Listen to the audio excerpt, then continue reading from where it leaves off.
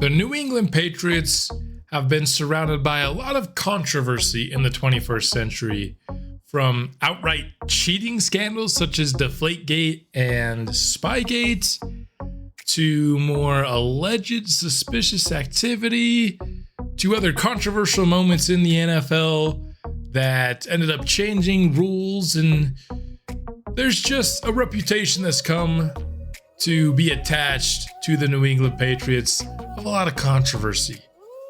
Well, that agenda is being advanced as it was just recently announced that the NFL is currently investigating a massive scandal relating to the New England Patriots.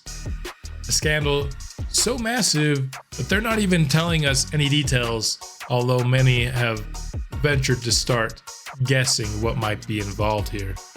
But not only is the NFL investigating this scandal, they are also pressuring Robert Kraft to sell the team. That is the point we've gotten to here with the New England Patriots. But who would want to buy a team surrounded with such controversy? You know the answer is gonna be me. I love to take these broken teams and move them elsewhere. That's right, we're not staying with New England. I don't want that reputation on me. I want to start fresh and new. I also want to get rid of the roster. It's not really well built. I don't love the spot that it's in, and so I'd rather just start anew. So we are basically buying the team, moving it to be treated as an expansion team. But moving it where? The market we will be choosing to move our brand new football team to is Memphis. I wanted a place that doesn't have a huge market, but is also east enough that it's not weird that we're part of the AFC East, and Memphis seemed a good fit for me. In terms of the team that we will be, our mascot will be the Thunderbirds. Why Thunderbirds for Memphis? I don't know. Couldn't really find a tie-in myself, but I do know that they have my favorite uniforms of all the options available in this Madden 24. There are a few that I like. Memphis I like the most. I'm excited for you guys to see the red and the oranges and the whites all on display on the field. They look pristine. So, with that out of the way, typically when you have an expansion team, you have an expansion draft, right? But the one interesting thing about this sale is the timing of it. It happened just about a month ahead of the 2023-2024 NFL regular season. So, after the draft, after free agency, after training camps had started, every NFL team had already planned around their current squad for the season, already made roster moves that were dependent on who they had available. And so when it came time to start preparing for an expansion draft by protecting their players, the other 31 owners were writing to the commissioner saying that it was impossible to do an expansion draft this close to the regular season. The timing needed to be before free agency, before the draft, so that they had time to plan for all the players that they would lose. So ultimately, Roger came back to me and just asked if I would just take the New England roster to Memphis. And I said, no way, I'm not taking that crap roster with me anywhere. No, thank you, sir. So an agreement between me and Roger needed to be made. And the agreement would be the following. We would be allowed to take 4 cornerstone players to build the foundation of a roster, and the remaining spots on the 53 would have to be taken from current free agents in the free agent pool as it speaks right before the regular season. However, there were going to be restrictions on these 4 players. I couldn't take, Mahomes and Jefferson and Micah Parsons and the best players in the league. We needed to tone it down a bit. The restrictions were to be as followed. All 4 must be rookies, taken in the most recent draft, and none of them could be quarterback.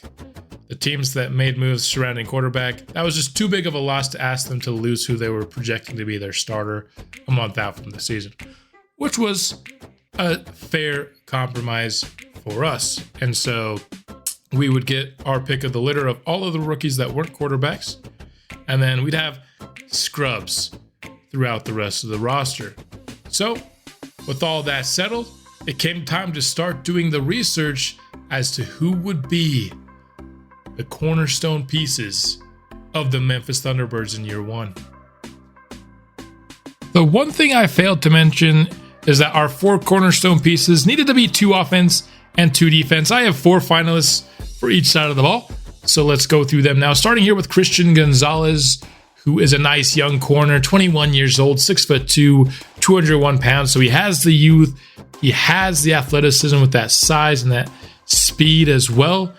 And he is one of the best young defenders. Unfortunately, in real life, he had his season cut short by an injury, but he had a really solid start to the season before then.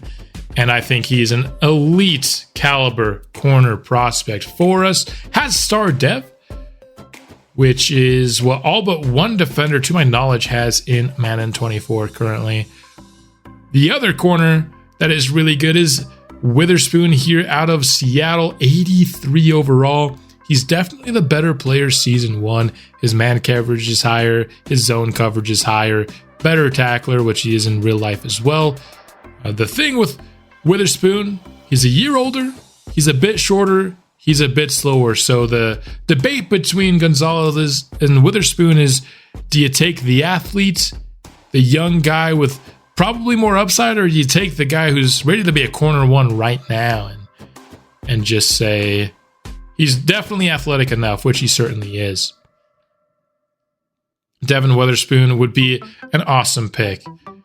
Moving away from the DBs, now we got a couple guys in the trenches here as finalists. Will Anderson Jr. is the first, the edge, out of Alabama, playing for the Houston Texans. He, of course, has an awesome blend of athleticism with good speed and acceleration and awesome size as well. He also has 80 finesse moves off of the rip, can defend the run as well. He's just the all-around edge who really lacks weaknesses. I don't really know what hole you could poke in Anderson's game. He is star dev.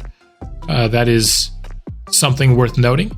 And he is a really good star dev player, though. Jalen Carter of my Philadelphia Eagles, playing at Georgia, is the last finalist here, and I have a hard time seeing myself not taking Jalen Carter. Not only did he recently get superstar dev, he is just a menace. An elite tier athlete at the defensive tackle position with 88 acceleration and 81 speed. Strength is in the mid-90s as well. Excellent against the run, even better against the pass. This is a guy that can be the best defensive lineman in the league, honestly, before too long from the interior. And the fact that he's my personal favorite Eagles rookie I've seen in quite some time, that just adds to it. Now taking a look at the offensive side of the ball, number 1 finalist, I mean, hard not to talk about Robinson here. Out of Texas, drafted by the Falcons in the top 10. Always tough to say where a running back should be drafted. There's a lot of debate about their value, but not in Madden. I mean, a good running back with superstar abilities that can make people miss in Madden is extra valuable. He's the highest overall player of the rookie class.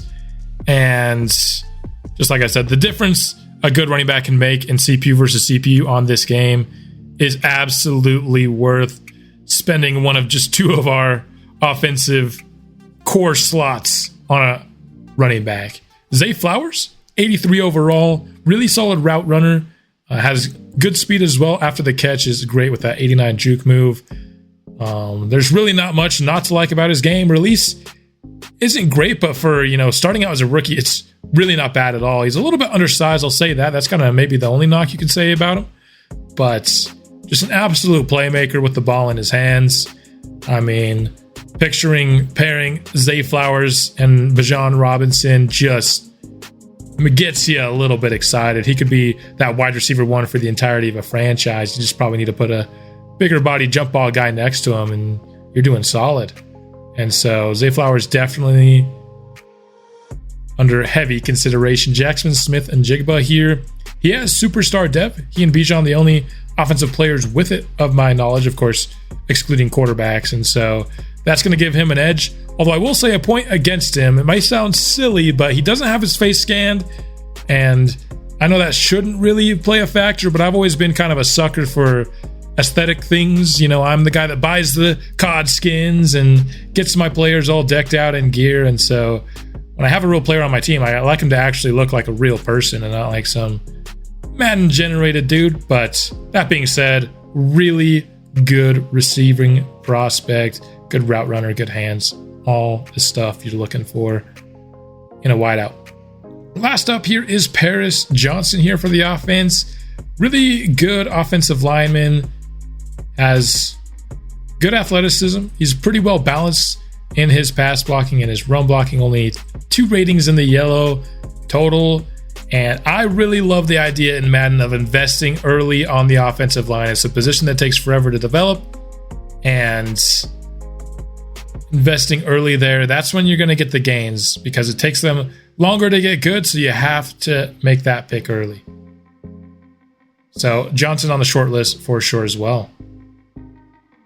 So with that being said, it's time to officially draft our 4 cornerstone players. And number 1 overall for the offense, we're taking Bijan Robinson. I think there was little doubt about that. Superstar dev running back, 21 years old, who's already just ready to be an upper tier back, ready to produce year 1 and be that guy. Bijan, absolutely, no doubt about it, a home run pick for us. And this was one of 2 that I knew for 100% fact that I was going to make. And I'm excited to build an offense around him, and hopefully we can get the run game going. Our offensive line is not going to be great, but that's why you need a difference maker at the running back. So that's what we got in Bijan here. With the second pick on the offensive side of the ball, we will be taking a little bit of a surprise here. We're going to be taking Paris Johnson. His number will be changed to 77. That's what he wore in college, kind of like we changed Bijan's back to 5, what he wore in college. And ultimately, it just goes back to what I said about investing early in the offensive line. I think objectively, Zay Flowers is a better player, but I'm fine drafting wide receiver. I'm also fine drafting offensive line, but I really want to get a head start on building our offensive line.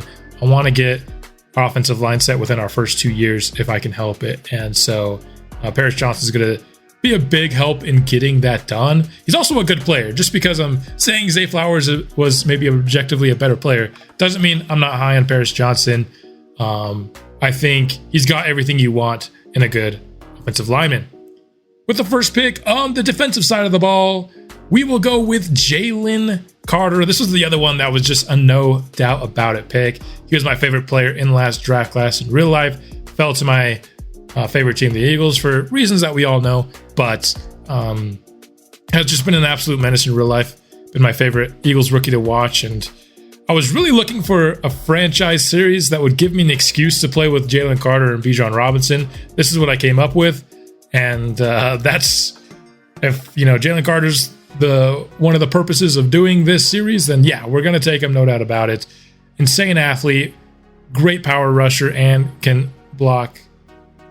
Shed blocks as well. And with our second pick on the defensive side of the ball, it will not be Will Anderson, who I think is the best player, kind of once again going along the Paris Johnson route. We're going with Christian Gonzalez, partly because was on the base Patriots roster, and so that kind of gave him a boost in my mind. But I also really loved this player. He was my second favorite option for the Eagles at their pick last year, behind Jalen Carter. I really wanted to get a defensive player, and I think Christian Gonzalez is excellent. And another reason I didn't go with Will Anderson is I don't want to have too much of the defensive line set, because I want to have all of the position groups something that we need to add in the draft. And you'll see that we're adding a pretty decent defensive lineman here in just a minute, but Christian Gonzalez ends up being the pick. And again, just because I'm saying Will Anderson is better doesn't mean I don't like Christian Gonzalez. I love him. After a little bit more discussion with Roger Goodell, we were allowed to keep 2 players from the Patriots roster. They had to be left over from the players that we gave to our Cornerstone franchises in trades for our players. So they had to be under 75 overall. Cole Strange ends up being the guy that we took on offense, under 75 overall from the Patriots roster, narrowly beating out Mac Jones. If Mac Jones is in second place on offense, you're in trouble. On the defensive side of the football, we would end up taking edge rusher Josh Uche, which kind of goes back to the reason I took Christian Gonzalez over Will Anderson. If we had Uche, Carter, and Anderson all on the defensive line, that really devalues the need to draft defensive line, and I didn't want to do that. So Josh Uche, really solid finesse rusher, and neither Uche nor Strange are bona fide long-term guys, but they both have a chance, and that's kind of what I was looking for with these two players. I wanted to keep at least a little bit of the Patriots on our roster, and then after Uche, everybody else came from the free agent pool or players that were on the Patriots roster at 70 overall or lower. That's how we're going to make up the rest of this team. Let's start to go through them here. Starting at quarterback, we've got Matt Corral, who's going to be one of two quarterbacks that will be vying for the starting job. Doesn't really have much going for him in terms of elite strengths, but he's also pretty solid all around, solid arm, solid speed, and okay accuracy. And so I think he's got a shot. He's got average sense of pressure, and conservative decision maker. Don't love conservative decision maker, but I've seen it work at times. Kellen Mond, he is definitely worse with his accuracies. He's the other guy that will be vying for the starting job. Definitely worse accuracy, just a slightly better athlete. I actually think Corral has more acceleration but less speed, so very similar. He's less accurate, which is why he's a little bit lower overall, but he does have aggressive decision maker. That's a tongue twister, I guess. And I think that gives him a slight edge just because this team's going to be really bad, and if we want to win any games, it's probably going to be hitting on some big plays. Nick Foles, not much to say about him. He's going to be our third quarterback. He's going to be our mentor. If he needs to play, that's fine, but I don't plan on him playing for us this year at all. Just want that XP boost that comes with mentor. Jalen Reagor is one of two players I technically kind of cheated on because he is a 71, and I was going for 70 or less, but I just thought getting a failed first-round receiver who was also on the base Patriots roster just felt like a storyline that I wanted to have in this one. Give him a shot being a focal point of an offense one more time in his career. Tyquan Thornton is another guy from the base Patriots roster. He is 70, so no quote-unquote cheating this time, but speed is the name of his game. Changed his number to 2 because I felt like his archetype is a single-digit kind of guy, not an 11. Preston Williams will also be playing some wide receiver for us. I think he's a good complement to the two guys we've already previewed. The fact that he's much bigger and features to be, a good jump ball guy. So hopefully he can be that. Denzel Mims, kind of alongside that Jalen Reagor of a high draft pick. He's a second rounder, giving him maybe one more shot to try to prove himself in the league. And that's exactly what he's going to have here. Right now, he's our wide receiver 4, though. He's going to have to earn it in the preseason. OJ Howard, we're continuing the trend. A lot of just kind of failed high picks here on our offense. And OJ Howard, excellent athlete, hasn't been able to turn that athleticism into much at the NFL level, but he gets one more chance to be a featured tight end here. And that's what he's going to be. Max Williams, kind of definitely not fitting the mold of the players we've been seeing recently. More of that veteran, not athletic at all, but a great run blocking tight end. And with Lewis Smart, he loves to see that, being a former tight end himself. Offensive line, we got Price, another failed first round pick, and then a couple of veterans as well, and Derek Watt at fullback. And this is how our offense is going to look next season. A lot to improve on, but got a running back, a couple of solid offensive linemen. That's a place to start. We got something, Not much to hinge your hat on, but something. Defensively now, we're going to start with Jalen Holmes, who will be the interior defensive line pairing here with Jalen Carter. I like this guy quite a lot, actually. He's got good athleticism, solid strength. He's not elite or anything, but both of his power moves and block shit are in the 70s. Awareness and play rec dragging that overall down just a bit, down to 69. But I think he's going to be one of our better defenders, which is that's saying something. Terrell Lewis, decent athlete, nice move in the 70s. That's all I could say about him. Guy who just hasn't worked in the league yet. Anthony Jennings figures to be our third guy to come in case of injury. Has some power moves, has some block shedding about him. decent acceleration as well. Moving to the DBs, Troy Pride is going to be one of the guys playing some heavy snap counts for us at the corner position alongside Michael Ojemudia, who has 70s for both of his coverages, speed in the low 90s, decent enough size. I think he'll be solid enough. It's about as good as you can get for 70 overall. Jonathan Abram, another one of these failed first rounders. He can run, he can hit. That's what he's been able to do since college. Hasn't been able to develop much of the skills you need to play safety, but as kind of a heat-seeking missile, I think he could work out for us. And, another chance at redemption for a former high draft pick. So you like that. And then Miles Hartsfield, fast, but can't really cover, can't really hit. So we got speed at our safeties. They're going to make a lot of mistakes, but they've got some makeup speed, and that was kind of my strategy in drafting our starting safeties. It's going to be a long ride. Safety is one of our worst spots. The other guy, other than Rager, that I cheated a little bit on here was Mac Wilson. He's another guy on the base Patriots roster. He's a 71, which is technically one above my limit, but it's fine. It's one overall above my limit. And you get a guy with a nice face scan, and that was part of the Patriots roster. So it's all fine and good by me. I think he's a solid player. Definitely not somebody that you're afraid to improve on, though. Raekwon McMillan also says that he's 71 overall, but I think he's like a 69 overall middle linebacker or something, which is where I signed him at. So this one is not as cheap despite the looks.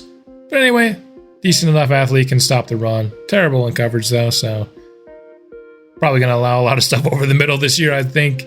Chris Board is a guy on the base Patriots roster. Decided to just keep him around because he's got some solid speed, and he's got the archetype that we're looking for at right outside linebacker. That being said, his coverage actually sucks, despite that being his best archetype. So definitely somebody we're probably looking to improve on early, one of our lowest overall starters. I did sign Jayon Brown. He's actually the best coverage guy of our linebacking group. He might earn himself a role here. And this is the final look at our defense. As you can see, I think if we added Will Anderson, our defensive line would just be too strong, for episode 1. And like I said, I really like Christian Gonzalez. I thought he was an awesome player coming out of college. I think he had a really awesome start for the Patriots. And we'll have a kicker and a punter here. We're just keeping what the Patriots had. I didn't know their punter was hidden dev. That's a little bonus. Now, the next thing I want to talk about here in episode 1 is a little bit of a house rule situation that we're going to have in this franchise. This is just made to help make the franchise maybe last a little bit longer, be a little bit more difficult for me. And we're going to do that with some house rules, and I've broken them down into 3 different categories. Now, these in no way are they final. I could add, I could retract, I could edit. If I ever do that, of course, I will make that known in an episode. And so at the top of the episode, I'll say, hey, I'm editing or adding said rule. For this part, I also want to know what you guys think. What should be some house rules? I don't want to do anything over the top that will make it, impossible, but I do like making things a little bit more challenging here. So let's get into it. I want to explain the rules and explain why I think it's a good rule for this franchise. Number 1, I can only have 1 player at or above 85 overall at the time of signing on my roster. Now, that's not, I can sign 1 every year. That is only 1 can be on the roster. So if I sign an 87 overall player on a 3-year deal, 2 years down the line, I still can't sign another 85 overall until that player is off the roster. And only a total of 3 can be 80 overall plus. And the reason I want to have this be a house rule for me is I want to have free agency be more of a thing supplementing the roster. I don't want to have a team built through free agency. Anyone familiar with my past franchise series knows that I love the draft. I've been doing draft-only franchises on this channel as the staple since really the beginning. And so because we already did one in Madden 24, I'm not making this a draft only, but it's still going to be a mostly drafted group here. And so we'll supplement it with free agents. We'll supplement it with trades. But for the most part, I want to draft the core of my roster.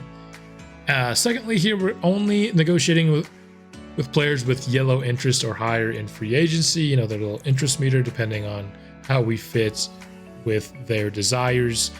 Only going to be yellow and above here, mostly just because, you know, you can oftentimes sign a guy who wants nothing to do with you if you just offer enough money. That's something you could do. Me personally, I wanted to just make it a little bit harder. Maybe there's a free agent that fits exactly what I want, but he wants nothing to do with us. Well, he's probably wouldn't sign with us. Even, you know, we could offer a massive amount. Anybody would go somewhere they don't want to go for a massive amount. I understand that. But just for me personally, I want to stick with players that want to be here. It also just makes re-signing them, if we want to offer them, you know, their third contract, makes that a lot easier as well. In the first week of free agency, we must offer a minimum of the player-friendly deal in terms of yearly value, not the years of the player-friendly. You know, they have the preset contracts of, you know, team-friendly, neutral, player-friendly, and very player-friendly. The average per year, the numbers need to be at least the player-friendly. That's both salary and the signing bonus need to be at least that. I can raise it, can't lower it, but I can lower the years on that. And the reason I did that is oftentimes, you know, when free agency first drops, the guys that are signing early, they're not signing. Those aren't the guys that are signing the bargain deals. You know what I mean? Those are the guys that are getting paid. And then you see a lot of the bargains further on in free agency. Of course, someone could come up with, you know, some example proving otherwise. But for the most part, the guys that are signing in the first few days of free agency, those guys are getting paid. And I want that to be simulated here in a franchise. So even though we're negotiating with players that like us, we still have to pay them if we want to get them in the first week. That's the first three. That's not just the first, you know, review period. That's the whole first week. The whole first week of the 3 review periods all have to be at least player friendly. After that first week, that rule no longer applies.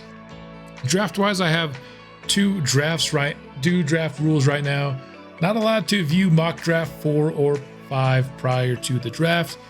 And this one, at least mock draft 5. I could see myself maybe removing mock draft 4 in the future, but for now we're keeping it in here.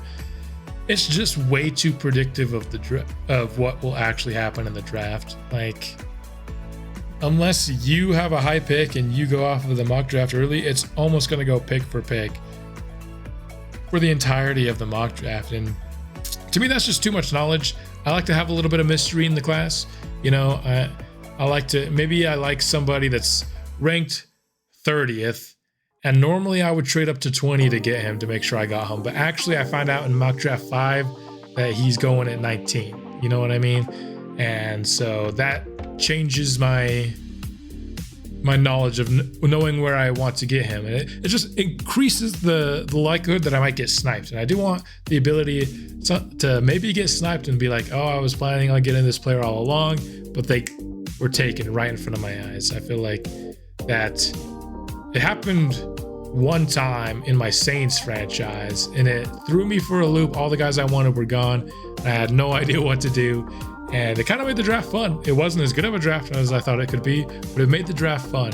It just happened to go off script. And so not viewing mock draft 4 or 5, I think is going to help maybe create some of those moments in the franchise. The other one is I can only have one more for, this one's maybe worded a little bit weird, but just to simplify it, if I go into a draft with 1 first-round pick, I can't end the draft with more than 2. I can't go from 1 first-round pick in a year to 3. It's just not something you see very often. You'll see people get 3 first-round picks for a single pick, but it's across multiple years, you know what I mean? There's been drafts, especially in this last franchise I did with London, I think I did it in year 1, where I'll trade back from the top of the class into like the back half of the top 10, use the stuff I got to trade back in and end up with 3 first-round picks. I think that's just a little bit too much cheesing of the draft board. It's not something that you really see in real life all that often. And I'm not saying that I'm glued to realism in this. I'm making a expansion franchise, and I just had 4 rookies, you know, given to me. Really, they got the teams that gave their players got stuff in return to help their rosters, of course, from the Patriots roster, the few players that are good. But yeah, I just want to make a the draft a little bit more difficult. I've proven in my draft-only franchises, the last couple, that if you game your way around the board a ton, you can build a team really, really fast. And I don't exactly want to do that in this franchise. I might add more to the draft. Those are just the ones that I could think of off the rip that I will not be allowing myself to do. And then trades-wise, I can only buy one player, you know, if we're looking to make a playoff run or if somebody gets injured. I can only buy one player worth more than a day 3 pick per season. I feel like guys that you can get for day 3 picks, you can get as many as you want. You know, those are just veterans on expiring deals that are borderline starters. Those, you know, I'm a little bit more lenient with, but for like getting a good guy, you don't see a lot of teams trading multiple picks in day 1 and 2 on different trades to get different players. Not something that happens a lot, so not something that I'm going to do here in this franchise. And then at one point or another, we're probably going to use the trade block. We know that sometimes the teams on the trade block send absolutely ridiculously terrible offers, and so this last one here is just to help mitigate that. If somebody is offering me a terrible trade where they're trading one of their starters that they really shouldn't trade, I can't accept it. I probably wouldn't, even without this being a hard and fast rule, but now I don't even have the ability. I will make an exception if there's a really promising young backup and this guy's like on an expiring, then yeah, the team would maybe decide to trade that player. So there you have it. Here's draft 1 of the house rules. I like where they're at for now. Willing to add or subtract. I'm interested in your input on it.